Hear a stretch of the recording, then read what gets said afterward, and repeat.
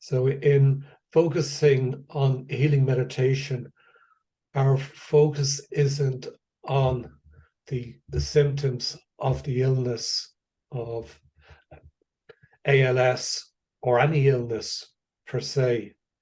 Our focus is on what we are able to heal right now in the present, in the next hour. And when we start to do that, when we start to ask ourselves that question, we're coming into our own present. So this is where the most energy is to bring change, to bring transformation, to bring healing, is where we're at in the present. Now, the present can be caught up in the past, the present can be caught up in the future, but by coming into our present experience, that's the key to unlocking that.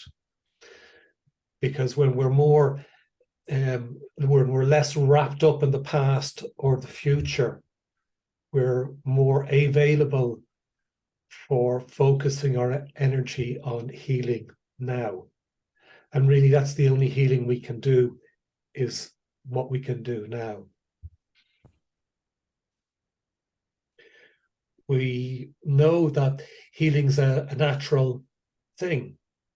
Every living cell in our body, and probably all living things, has a healing element within it.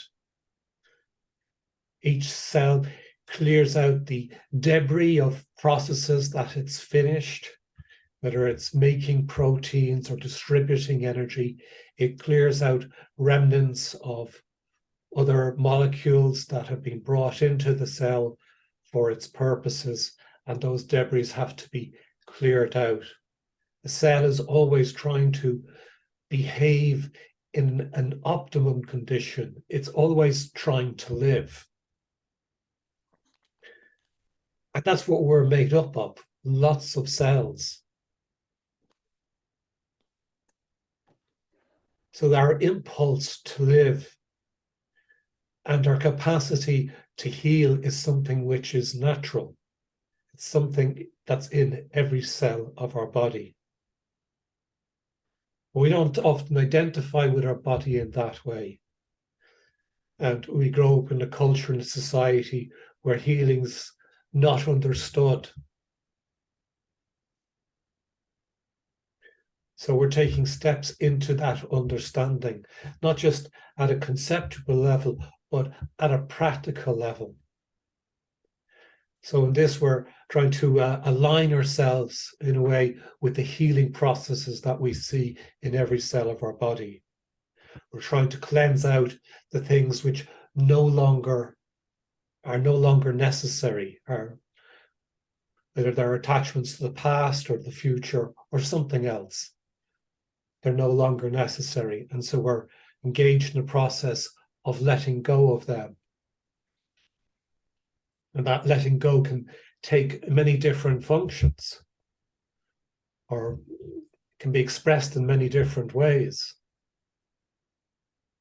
So sometimes by appreciating the sunlight that we have, or having a good bowel movement this morning, or whatever it is, these small moments of appreciation help us to heal, because they bring us into the present and give us an appreciative, valuable relationship with what's happening to us right now. And that's energy which is no longer lost to the past or the future. So with our attention in the present, we're able to look at ourselves in our present, what's on our mind, what's on our heart, where we're at, what is our inner environment. And we can ask the question, what in this can be healed? What in this can I take a step of healing for? What in this can I liberate a bit? which sometimes is facing pain, staying with things which are very uncomfortable, whether they're feelings of depression or anxiety or frustration or despair or frustration or anything else. Feelings where we're chronically stuck. We can even be chronically stuck in so-called positive attitudes because we're not positive all the time, so we can't just make ourselves like that. We're trying to make ourselves, force ourselves to be something we're not, we're causing a different type of suffering. We're not actually listening to how we are. We're rejecting how we are. We're not actually healing. Because if we're in a real healing place, we can accept the negative and the positive. It's both acceptable because that's natural. Sometimes our moments are good, sometimes our moments are bad, but they never just stay the same.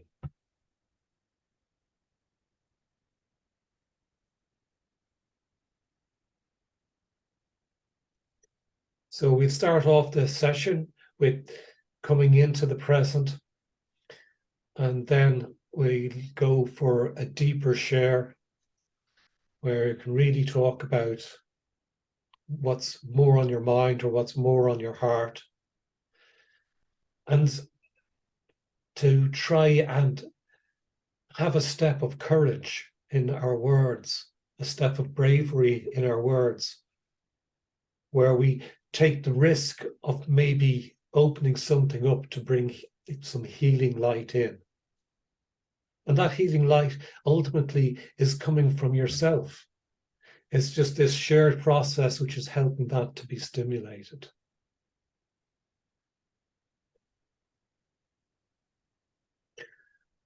So after a deeper healing, our choices are a bit more flexible then. Sometimes we might go for another round or a guided meditation and silent meditation, or some reflection and some meditation. But always we're trying to break in a smaller or bigger way the trauma of the past and the trauma of the present. Because being disabled through, especially through illness, is a traumatic experience. And so when we wake up having difficulties to breathe and so on, or even throughout our night, we're living a traumatic experience. And if we really get into the healing process, we're able to change our illness from a traumatic experience to one in which we can grow as human beings.